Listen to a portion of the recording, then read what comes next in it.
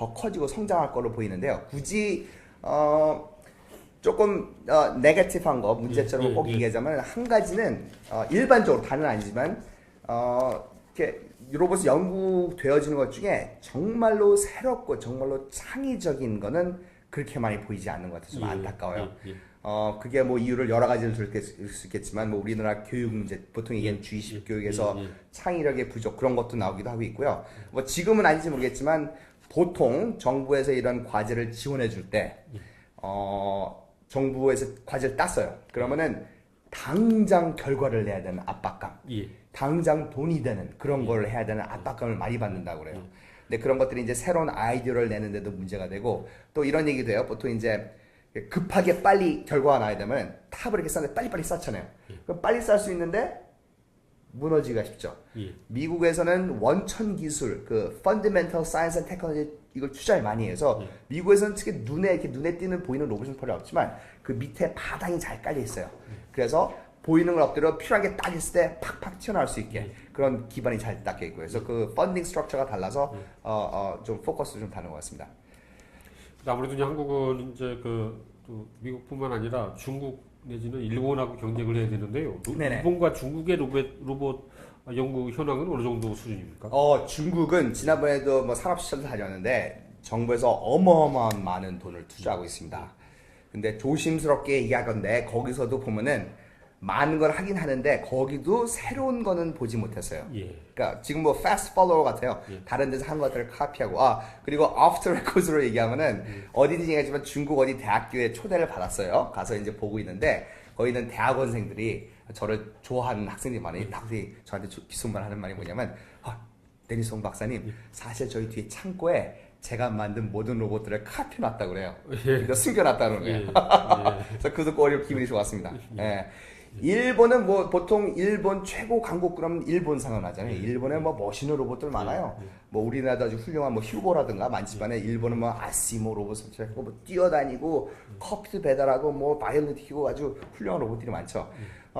일본은 재밌는 게 뭐냐면은 일본 연구자들하고 얘기하면은 일본 로봇 연구하는 친구들은 어렸을 때부터 이런 그 아니메 이 애니메이션을 보고 자랐기 때문에 일본 친구들한테는 로봇은 꼭 정의의 사도, 저 우주소녀 아톰식으로 그리고 사람의 형태를 띈 그런 로봇이고 항상 로봇을 만들고서 그 외형 디자인을 굉장히 신경을 많이 써서 이쁘게 만들고 데모도 아주 재밌게 하긴 하죠.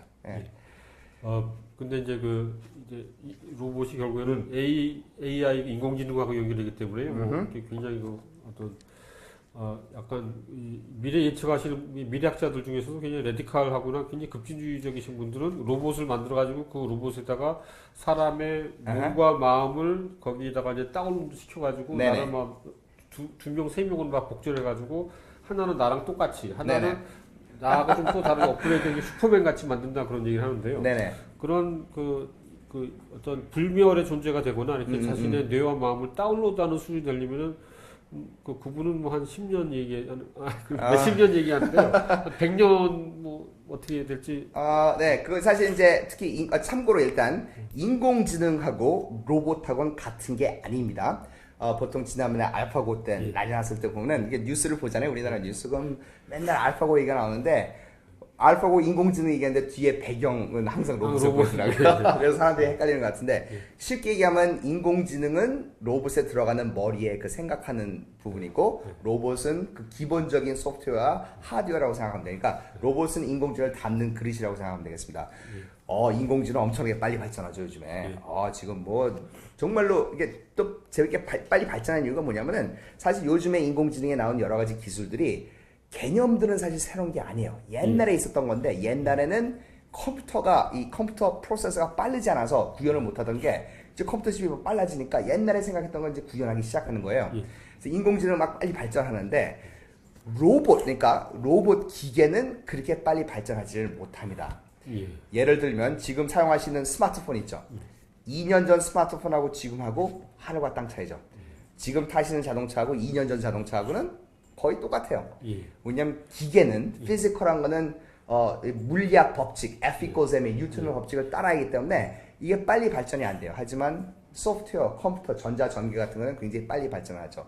그래서 뭐 인공지능 빨리 발전해도 지금 말씀하신 그 이 로봇의 뭐 다 그거는 공상과학 그리고 예, 우리 세대 다음 세대 그 다음 세대 이루어지지 않을 만큼 멀리 떨어진 이야기긴 하죠. 예.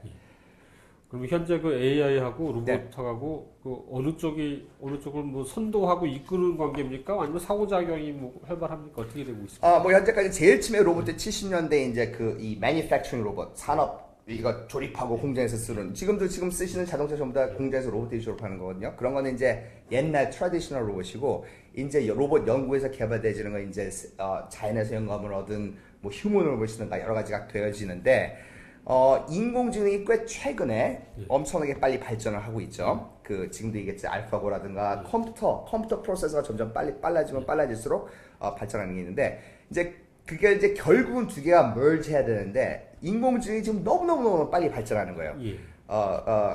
그 크로스로일의 그 뭐 싱글러리티 뭐 그런 얘기도 나오고 근데 그 싱글러리티 참고로 모든 사람이 다 진실이라고 믿는 건 아니에요. 그것도 사람마다 그 비율을 따르는 사람도 있고 아닌 사람도 있어요. 그 교수님은 아닌 쪽입니다. 예. 제가 틀릴 수도 있습니다. 뭐 미래는 알 수 없기 때문에. 근데 그게 진짜로 merge 되기는 힘들지만 그래도 어느 정도는 지금도 사용되고 있어요. 예를 들면 인공지능 기술 사용한 것 중에 지금 현재 좀 많이 쓰는 게 저기 그 뭐 시리 음성 인식이라든가 뭐 여러 가지 뭐 기사 같은 것도 뭐 스포츠 그런 거 정리해서 나온 것도 인공지능 그러니까 그런 것들은 지금 벌써 많이 쓰여지고 있죠.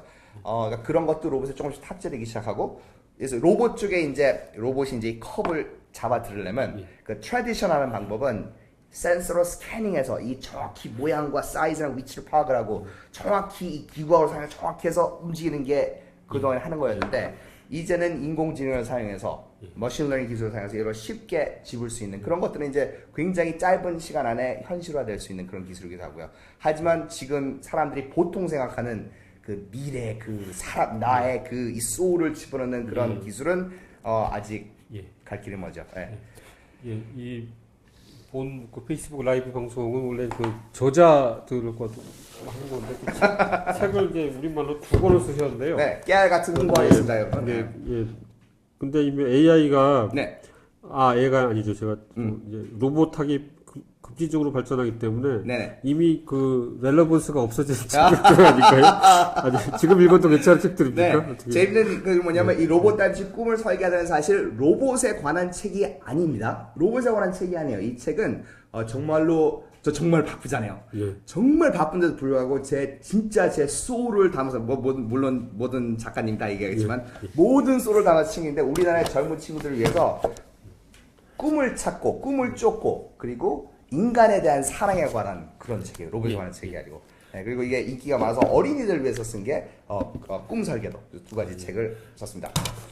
그럼 왼쪽에 있는 게 그 중고등학생용이고 대학생까지고 대학생, 네. 여기까지가 그 초등학생들 위한 네, 어린이 보셔도 되고 이 책을 사셔서요. 읽고 재미가 없으면 제가 개인적으로 환불해 드리겠습니다. 네. 공식적으로 지금 방송에서 얘기했죠. 네. 참고로 이 책의 수익금 중에 일부는 저기 시각 장애인들을 위해 또 좋은 의미로 쓰이고요.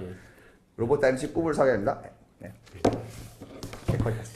교수님이 한 4, 5년 전에는 그 한국에서 그 이공계로 안 가려고 그러기 때문에 이제 교수님이 그 어떤 그 뭔가 거기에 미션으로 생각하고 헌신하시려고 그랬는데 그 문제가 이제 취업난 때문에 자동적으로 해소돼 버렸거든요. 오늘 뭐 비슷한 기사 나오고 그랬는데요.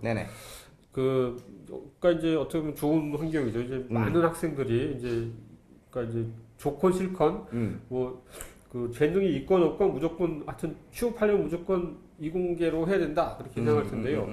그렇지만은 그 무작정 가면 안 되니까요. 그렇죠. 이공계로 성공하려면 어떻게 해야 될까요? 지금 초중고 학생들이 뭐 준비를 한다면은. 그러니까 일단 잠깐만 지금 말씀하신 게 뭐냐면 지난번에 4, 5년 전에 저랑 얘기를 나눴을 적에 그때만 해도 우리나라 이공계 기피 현상이 굉장히 큰 문제였잖아요. 저는 그게 너무 쇼크를 먹고 제가 우리나라로 해서 할 수 있는 게 뭐냐면은 우리나라의 이공계 기피 현상을 뿌리 뽑겠습니다 하고 그때 말씀드렸죠. 이제 바뀌었어요.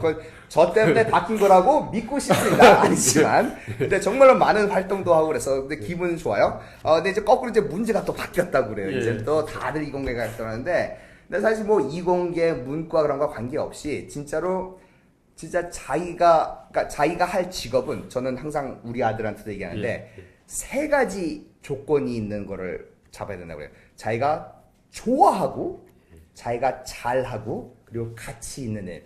이 세 가지를 자기의 꿈으로 잡으면 제일 좋거든요. 물론 여러 가지 상황상 힘든 경우도 당연히 물론 있겠죠. 이공계 쪽에서 성공하려면 제일 중요한 게 뭐냐면 로봇공학이 같아요. 로봇공학. 저는 로봇공학자예요. 로봇공학을 하기 위한 도구는 과학이고요. 과학을 위한 언어는 수학이에요. 그래서 과학과 수학. 그러니까 진짜로 그 많은 학부모님이 그런 얘기해요. 우리 아들이, 우리 딸이 로봇공학을 되게 좋아하는데 어떤 공부를 해야 되나요? 어떤 학원을 다녀야 되나 그런 얘기를 하는데 제 생각에 진짜로 대학원 연구할 때 아니면은 학교에서 배우는 과목들, 수학, 산수, 과학, 물리화학 그런 기본 거를 정말 찬찬히 다지는 게 제일 중요하다고 생각합니다. 그리고 어린이들은요 나가서 뛰어놀아야 돼요. 진짜로 창의력을 위해서는 나가서 뛰어놀아요. 흑장 나가서 놀아야 돼. 제가 그랬거든요. 네. 지금 현재 미국에서 이제 학문상에 분류해서요. 네네. 이제 기계공학하고 로봇 공학은 이제 분리가 돼버린 건가요? 아닙니다. 꼭 그런 건 아니고요. 그러니까 로봇 하면은 모든 게 필요합니다. 기계, 전기, 전자, 컴퓨터, 뭐 요즘은 무슨 뭐 재료화 뭐 여러 가지를 하는데요. 로봇 공학과가 있는 데는 거의 없어요. 아직도 기계과 따로합니다. 그러니까 기계 쪽에서도 로봇을 연구하고 전기에서도 연구하고 컴퓨터도 연구를 하고. 근데 물론 이제 다들 이제 크로스 이게 디스플리니가 되긴 하죠. 그럼 아직은 그 AI과라는 것도 없는 겁니까? AI과에는 없고 보통 컴퓨터 사이언스, 컴퓨터 공학과에서 AI를 다루기도 하는데요. 저희 물론 기계과에서도 AI를 다루기도 합니다. 네. 그 이제 과학, 수학은 어떻게 보면은 그 우리 학생들이 그 선행학습을 해가지고 뭐 초등학생이 뭐 중고등학교 거를 미리 공부하고 뭐 그러는데요. 그래서 이제 어느 정도 그 바탕은 굉장히 탄탄한 건데 아까 교수님 말씀하신 얘기로 되돌아가야 될 것 같은데요. 이제 진짜 창의적인 건 없는 것 같다. 결국에는 그 창의성이 문제인데 그 창의성을 키우려면은 그 어떻게 해야 되나요? 네, 그것도 이제 감사합니다. 그러니까 일단 그 먼저 이렇게 그 과목들 뭐 선행학습 뭐 여러 가지 문제도 많고 그런데 사실 제일 중요한 게 뭐냐면 우리 학교에서도 그래요. 이제 저는 한국에서 교육을 받았고요. 미국에서는 교육을 합니다. 그래서 양쪽 교육을 갖다가 이렇게 좀 이렇게 볼 수 있는 이렇게 저울질할 수 있는 그런 위치에 있는데 이제 우리 학교에서도 이제 외국 학생 중에 이제 우리나라 유학생들이 오면은 수학 문제 딱 주면요, 팍 풀어요 막. 그럼 미국 애들이 보고 와, 이 휴먼 캘큘레이터 인간 계산기로 막 놀라요.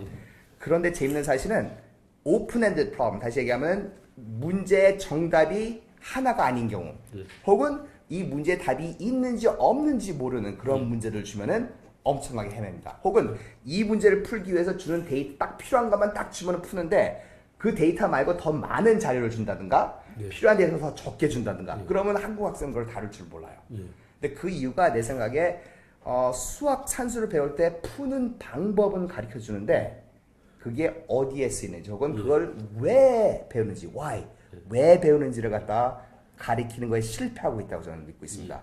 그게 문제가 많아요. 그리고 뭐 창의력도 그렇죠. 창의력은 뭐 그냥 뭐 주입식 교육이다 하고 그냥 뭐 이렇게 블레임 할 수 있긴 있지만 좀 약간 더 펀디멘탈한 것 같아요. 앞에서 얘기했지만 농담을 하는 게 아니에요. 제 생각에 진짜 어린이들은요 나가서 뛰어놀아야 돼요. 공 차고 놀아야 돼요. 뒷동산으로 가서 나무도 기어오르고 흑잔하고 놀아야 돼요. 그런 것들이 정말 나중에 커서 창의력에 굉장히 도움이 되거든요. 그런데 또 어떻게 보면 아까 이제 결국은 이 돈을 어떻게 쓰는지에 대해서 좀 간섭을 덜하고 자유롭게 학자들을 풀어줘야 되는데 그런데 이 산업 문화, 국가 정책의 문제인데 그건 어떻게 할 수가 없나요? 아니 미국도 그런 때가 있었나요? 아니 미국 애초에 그런 일이 없습니까? 미국 쪽의 역사는 잘 모르겠어요. 근데 그러니까 뭐 돈을 쓰는 것 그것도 중요한데요. 그거 말고 그에 관계된 거 하나 말씀드릴게요. 우리나라에서 항상 뭐 혁신이 없다. 특히 뭐 대기업 연구소 보면 혁신이 없다고 맨날 그러는데 재밌는 사실 하나, 미국하고 한국하고 문화가 컬처가 다른 게 아주 큰 다른 점이 하나가 있어요. 한국에서는 일반적으로 실패를 허용하는 문화가 없습니다. 그게 굉장히 큰 중요한 문제예요.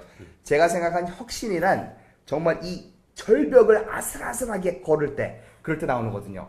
근데 떨어져서 실패한 게 너무 두려우면 그러면 안전한 길을만 가잖아요. 그럼 혁신은 있을 수가 없거든요. 미국에서는 저희 연구소도 그렇고 실패를 허용하는 문화입니다. 예를 들면은 한국에서 어떤 과제를 받았는데 결과가 안 나오잖아요. 혹은 자기가 원했던 거가 안 나오잖아요. 그럼 큰일 나잖아요. 예. 그럼 다음번에 연구비도 안 나고 잘리고 그러잖아요. 근데 미국에서는 제가 예를 들어서 과학재단에 진짜 있었던 프로젝트인데 연구비를 봐서 어떤 로봇을 개발하고 있는데 실패를 했어요. 결과가 안 나와요. 결론은 이건 안 된다가 결론이었어요. 예. 그걸 논문을 냈어요. 예. 근데 그것도 사실 중요한 결과거든요. 예. 이렇게 했는데 안 되었다. 예. 또 실패했지만 아주 중요한 결과라고요. 근데 예. 그거를 인정해 주는 거죠. 예. 근데 한국은 그게 없어요.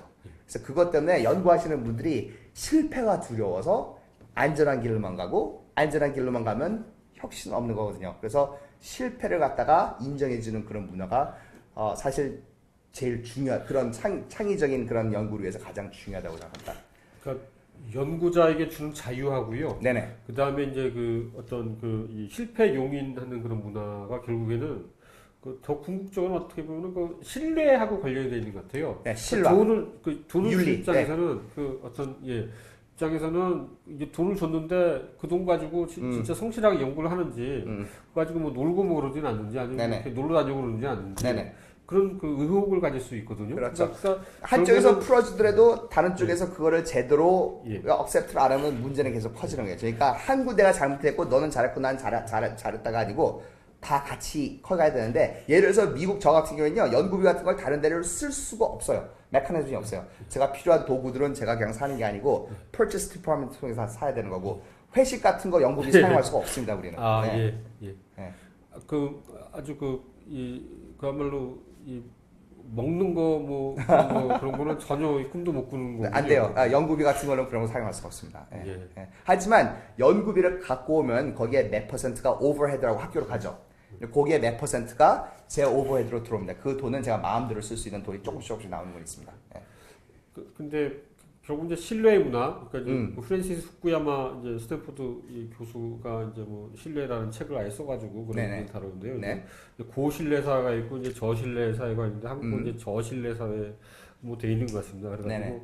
그래가지고 그러니까 한국 사회의 여러 부분에서 사실 이제 부패한 게 많아가지고요. 그렇죠. 예컨대 이제 그러니까 이제 무슨 기계를 뭐 샀다 그리고 이제 돈을 이렇게 청구를 하는데 또 그 기계 파는 회사로부터 몰래 이제 인마이 파켓으로 이제 뭐 받기도 하고 뭐 그럴 수 있을 리베이트 것 같은 거 같거든요. 있고. 예. 리베이트 아. 미국에는 그 리베이트 뭐 그런 건 없습니까? 전혀 없는 걸로 알고 있다면 전 모르고 있어요. 있는 것만 밝혀주세요. 저도. 몰래 농담입니다. 제가 알기로는 저는 그런 메커니즘이 없는 걸로 그렇게 철저히 하거든요. 그런 없는 걸로 알고 있어요. 예. 하여튼 신뢰 문화가 어떻게 보면 본바탕이 될 것 같고요. 그러니까 신뢰라는 건 이제 각 개인의 윤리의 문제이기도 하지만 이 규제, 이 룰을 갖다가 그렇게 할 수 없도록 규제하는 것도 중요하겠죠. 그러니까 우리나라는 어떤 식으로 되는지 모르겠는데 미국에서는 그렇게 할 수가 없게 되어 있습니다. 아예. 그래서 그러니까 이제 한국이 지금 현재는 그 로봇학 분야, 공학 분야에서 한 5대 강국 정도는 됩니까? 그럼요. 그러니까 4대 강국은 안 되고 그럼요. 4대. 4대까지 네, 됩니까? 네. 그럼 3대까지 되나요? 그럼? 네, 거기까지 할게요. 이거 방송에 제가 잘못 얘기하면 큰일 나거든요. 그러니까 대한민국이 이제 그래도 대한민국 파이팅! 파이팅! 그러니까 여러 가지 어떤 그 연구자들에게 자유도 안 주고 이렇게 막 이렇게 그런데도 불구하고 약간의 신뢰에도 문제 있고 이제 창의성도 없음에도 그런데 불구하고 인재들이 5대 강국 적어도 5대 한 4대, 네. 3, 4대 네. 강국이라는 네. 거는 또 그 민족의 그 저력을 얘기해 주는 예, 것 같습니다. 아주 똑똑하시고 정말 열심히 하시는 로봇 연구자 한국에 굉장히 많이 계세요. 교수님들하고 연구자들. 예. 그러니까 네. 이제 그분 열심히 하려고 그런 분들에게 또 이제 국가나 정부가 이제 정책으로 뒷받침해주고 네네. 그다음에 이제 어떤 어려서부터 어떤 이 창의력을 중시하는 그런 그렇죠. 교육을 하면은 예. 또 이제 그야말로 세계 1, 2위가 될 텐데요. 예. 근데 그게 가장 빠른 속도로 그렇게 되려면 어떻게 하면 좋을까요? 그러니까 그 좀 비관적이지만 그냥 어릴 때부터 그 학생들을 조기 유학을 보내야 되나요? 그건 아닌 것 같아요. 사실 이제 사실 오늘 이 방송 교육에 관한 건 아닌데 예. 저는 우리나라 교육 쪽에 굉장히 문제가 많다는 걸 알고 있고요. 저도 우리나라에서 쭉 유치원부터 대학교 3학년까지 쭉 교육을 받았기 때문에 그래서 우리나라 요즘에 이제 교육 쪽에 관심이 많아서 교육을 어떻게 하면은 합리적으로, 체계적으로 그리고 현실적으로 바꿀 수 있는가에 관한 예. 이야기들을 여러 좀 파워 있으신 분들, 교육 쪽에 관심이 있으신 분들하고 대화를 하기 시작했습니다. 그래서 같이 지금 대화는 일단 시작했는데 뭔가 좀 아주 퍼지티브 긍정적인 변화를 주려는 노력이 있습니다. 예. 예. 한국이 지금 또 이제 대선 출마를 이제 뭐 선호하고 그러는데요. 네네. 혹시 이 대선 캠프 중에서 이렇게 데니송 교수님한테 이렇게 접촉을 해가지고 이렇게 우리 편을 도와달라고 그런 적은 없습니까? 일단 참고로 개인적으로 저기서 페이스북 보시고 있어요. 제 페이스북 팔로우 하세요. 정말 재밌어요. 재밌죠, 저희 페이스북. 예. 굉장히 유익하게 교육적이죠. 그렇죠. 뭐 재미도 있고 교육적이기도 하고 인스파이어드 하는데 그 댓글들의 질문이 우리나라에서 제가 활동이 활발하니까 이제 정치 쪽으로 나갈 거 아니냐고 막 그러는데 아예 그냥 대통령으로 출마하라고. 뭐 그렇게 얘기를 하는데 캠프가 아니고 공식적으로 얘기합니다. 저는 정치 쪽에 관심이 없고 잘 할 것 같지도 않아요. 저 말고 훨씬 더 잘하시고 하시는 분들한테 맡기는 게 좋을 것 같지만 그러니까 정치적 우리나라를 위한 좋은 일이라면 제가 팔을 걷고는 나서겠습니다. 하지만 정치 쪽하고 뭐 제가 잘 모르는 상태에서 함부로 뛰어드는 거는 아주 위험하다고 생각해서 일단 제가 잘 할 수 있는 것 그리고 제가 좋아하는 것 그리고 가치 있는 일부터 제가 팔을 걷고 나가서 지금도 열심히 하고 있습니다. 이 방송에 나온 것도 그런 거잖아요. 이 페이스북 라이브 방송을 보고 그래서 어디 캠프에서 또 연락이 올 수도 있겠네요. 도와달라고. 그럼 연락 오면 제가 연락드릴게요. 좀 도와주세요.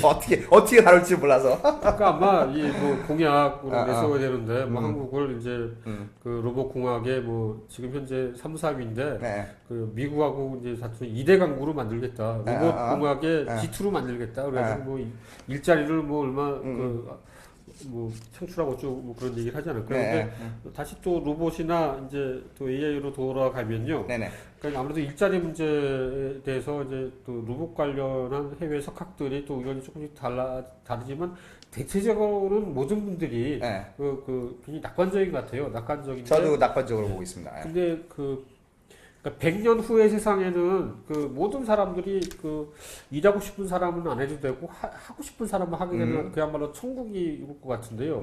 그렇지만 이제 앞으로 이제 10년, 20년, 30년이 문제인 것 같아요.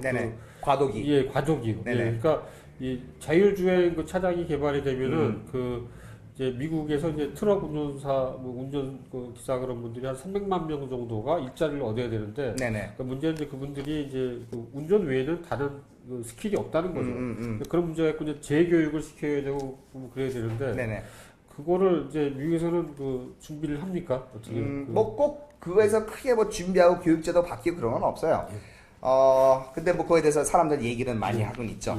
근데 뭐 항상 미래학자들이 얘기하는 게 다 맞는 건 아니거든요. 그리고 사실 우리도 미래가 진짜로 어떻게 바뀔지 모르니까. 근데 저 개인적으로는 이런 생각이에요. 일자리 말씀을 하셨는데, 물론 로봇들이 일자리를 가져갈 거예요. 근데 그건 사실 새로운 게 아니죠. 산업혁명 때 이 증기기관 나오면서 직물기계들이 다 바뀌듯이, 그래서 뭐 러라이트 운동, 기계 파괴 운동 생기고 그랬는데, 물론 로봇들이 직업들을 갖고 갈 거예요. 근데 첫째는 제가 생각하는 첫 번째 뭐냐면, 로봇들이 갖고 갈 그 직업들이, 그러니까 지금의 미래예요. 지금 미래.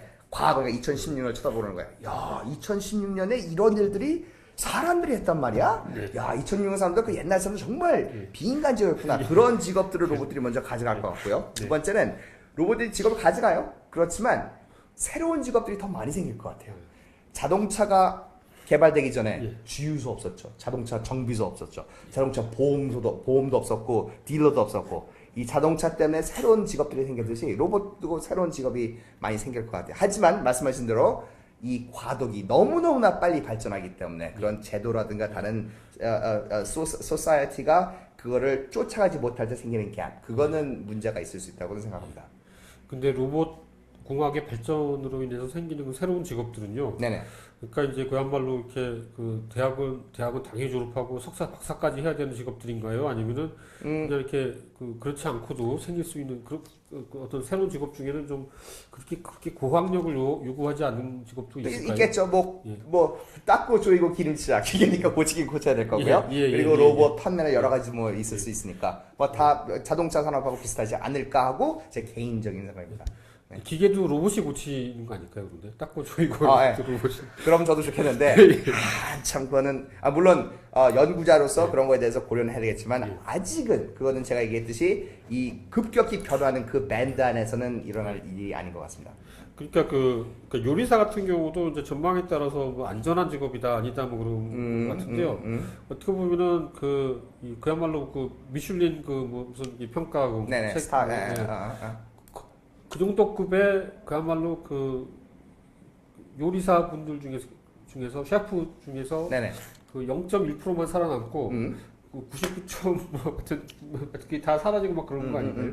그 요리도 이제 뭐 사실 그렇죠. 뭐 사실 우리가 좋은 레스토랑 맛집에 가는 거는 그 음식도 음식이지만 그 사람의 사람의 손끝맛 그런 예, 게 아직도 그렇죠. 있어요. 그리고 새로운 걸 크리에이트하는 그런 것들 때문에 가는 거잖아요. 예. 그리고 뭐 사실 뭐 라면 먹으면 물론 사람이 라면을 끓이지만 공장에서 나온 거 아니에요. 예. 뭐 그런 식으로 따지면 뭐 그렇게까지도 큰 일은 아닌 것처럼 개인적으로 생각해요. 근데 그 손끝맛이라는 것 자체를요. 그러니까 이제 그 연구를 해가지고 그 아. 사람이 어떤 이 손톱에 있는 그 때라든가 뭐 바이러스가 또 몇 프로 들어가고 어찌고 뭐 그런 식으로 이렇게 그러니까 이제 학문이라는 게 그 엄청나게 그 치밀하게 들어가면은 그런 그 사람들이 그러니까 손맛, 손끝 이런 거는 이제 인간 고유의 것이라고 생각했는데 또 분석해가지고 또 알 수 있. 중앙일보 페이스북 라이브 보시는 분 중에 이 연구에 관심 있으신 분이 저한테 연락하면은 그 손끝 맛에 손끝 때랑 그 맛과 그거에 연구를 같이 해서 같이 비즈니스를 시작하면 되겠네요. 예. 네. 농담이고요. 네. 그리고 이제 뭐 목사님이나 그 신부님, 스님 그것도 이제 그러니까 중국에서 그건 약간 굉장히 원시적인 형태인 것 같지만은 이제 그 불경 읽어주는 그 스님 로봇 그거 만들었던 것 같은데요. 글쎄요. 네. 재밌네요. 그래서 이제 모든 그 불경, 성경, 뭐 이렇게 종교서, 뭐 종교학 책 그런 거를 다 로봇에게 다 입력해주고, 그다음에 이제 설교도 하시고, 그러니까 이제 그 세상에서 가장 훌륭한 설교, 뭐 강론 그런 법어 그런 말씀을 다 넣는 거예요. 네. 다 입력을 한 다음에 그 상황에 맞춰서 그날의 이제 뉴스에 맞춰서 이제 좀 최적의 또 설교를 만든다거나 아니면 상담, 그 이제 그 종교인, 그 신앙인들 찾는 이유 중에 하나는 이제 그 상담이 있잖아요. 그러니까 그뭐 애들이 속을 썩인다든가 뭐 어떤 여러 가지 고부간의 갈등이라든가 그런 모든 상담사를 갖다 역시 또 그 AI 로봇에 딱 집어넣어가지고요. 이렇게 가지고 또 최적의 솔루션을 내놓는 거죠. 그런 것도 있는 것 같아요. 지금 생각하면은 아주 유명한 그림이 있어요. 뭐 모나리자 아니면 뭐 굉장히 유명한 무슨 초열만찬 그런 그림은 이론적으로는 똑같이 복사를 할 수가 있죠. 이론적으로 그렇죠. 이 똑같이 완전히 이론적으로 똑같이 복사할 수 있는데 그 복사한 그림을 그게 복사한 거라는 걸 아는 상태에서 보면 오는 게 다르잖아요. 그러니까 그런 식으로 뭐 지금 말씀하신 뭐 종교라든가 그런 것도 사람이 아닌 혹은 프리스트나 이쪽이 아닌 사람이 로봇이 한다면 그 뭔가 이 영적인 게 미싱하는 게 그리고 그게 굉장히 중요한 게 미싱하는 게 아닐까 하는 뭐 그냥 생각을 한번 해봤습니다. 그래서 그 투링 테스트에서는 그 뭐 이렇게 상대편 로봇 내지는 사람하고 이렇게 그 대화를 해가지고 이제 저쪽이 사람이 이제 그 로봇인지 뭐 AI인지 모르면 이제 그렇죠. 패스한 거라고 했잖아요. 근데 어떻게 보면 그 약간 이미 그 튜링 테스트의 유효성이 사라진 거 아닌가요? 뭐 새로운 거를 만들어야 되잖아요. 네, 그렇게 해서 연구자들도 그런 얘기를 하는 사람들이 많습니다. 그러면 어떤 그 기준을 개발하고 있습니까? AI 그건 잘 모르겠습니다. 혹시 뭐 앞으로 논설위원들 잘할 수 있나 없나 그런 거를 그러니까 기자도 이제 굉장히 이거 불안정한 그 근데 제가 그 미국 그 스탠퍼드에 계신 어떤 그 교수님하고 그 전화 인터뷰를 했었는데 그분은 기자는 굉장히 안전한 직업일 것이다라고 했지만은 이미 이제 그 간단한 금융 내지는 그 날씨 스포츠는 이제 로봇이다 하는 걸로 봐서는 로봇이 쉽게 할 수 있는 게 있고 그러니까 이만큼 그 기자가 할 수 있는 이만큼 중에 많은 게 로봇이 아주 쉽게 할 수 있어요.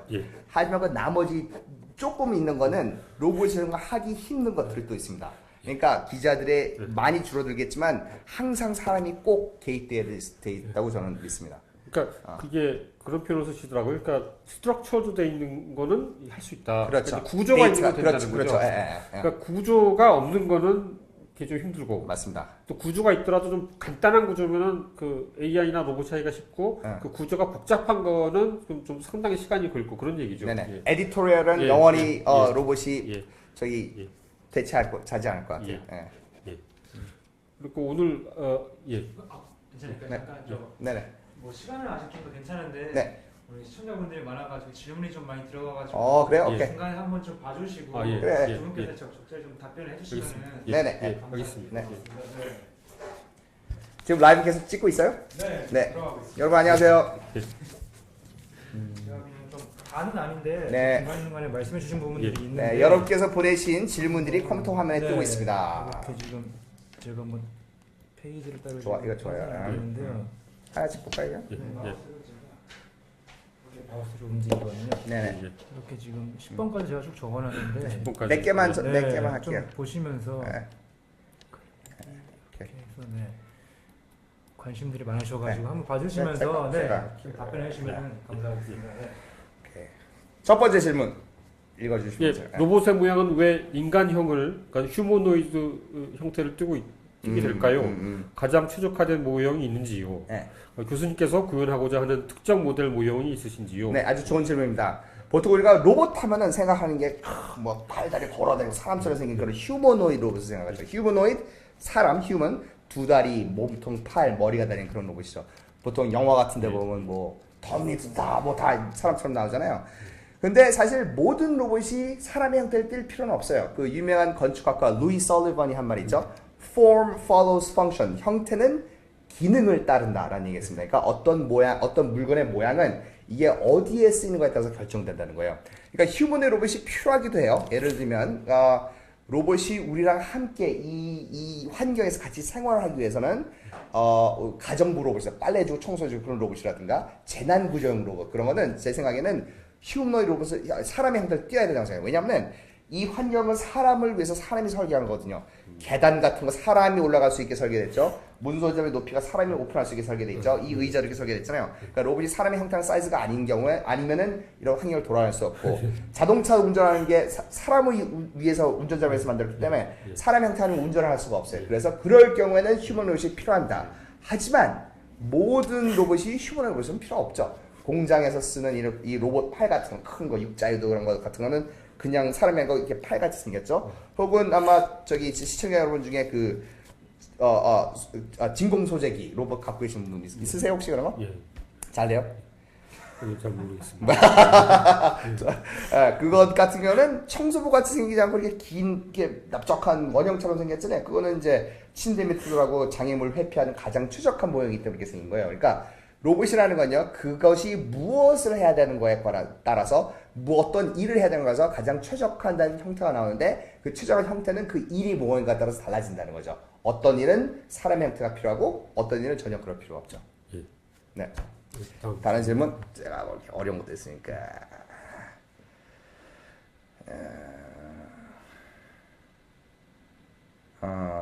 오케이, 이거 되게 중요해. 예, 연구 수업 논문 강연 외에도 페이스북에서 수많은 사람들과 소통하고 계십니다. 아무리 생각해도 사람인 이상, 로봇이 아닌 이상 힘이 많이 드실 텐데 교수님을 그렇게 움직이게 하는 열정의 근원은 무엇인가요? 네, 예. 에너지는 몸에서 아닌 가슴에서 나옵니다. 열정에서 예, 나와요. 예. 자, 일단 지금 페이스북 보고 계시니까 아마 저 페이스북 팔로워도 굉장히 많은 것 같은데요. 제가 페이스북이 굉장히 액티브해요. 근데 사람들이 그래요. 아니, 페이스북에 맨날 이거 하는데 이거 연구는 언제 하세요? 그래서 몇 가지 말씀드릴게요. 첫째는 페이스북을 열심히는 해요. 근데 다른 사람들이 페이스북을 보통 할 때 시간이 많이 하는 건 뭐냐면 이 뉴스피드에 다른 사람 거 읽느라고 시간을 보내잖아요. 예. 근데 저는 이렇게 얘기하면 좀 실망할 텐데 저 뉴스피드를 안 봐요.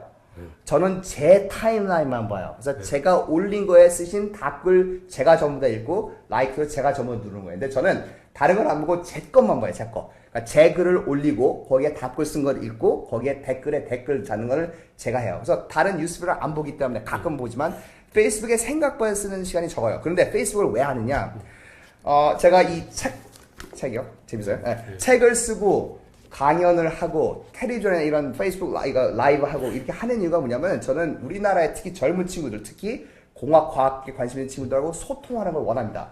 그런데 이런 책이라든가 강의라든가 이런 것들은 다 일방 원웨이 커뮤니케이션이잖아요. 저희가 얘기하는 걸 사람이 듣는 건데 사람들은 쌍방향 소통을 원해요. 근데 문제는 뭐냐면 저는 미국서 살고 있거든요. 그래서 제가 여러분과 함께 쌍방향 소통할 수 있는 유일한 방법의 툴이 바로 페이스북인 거예요.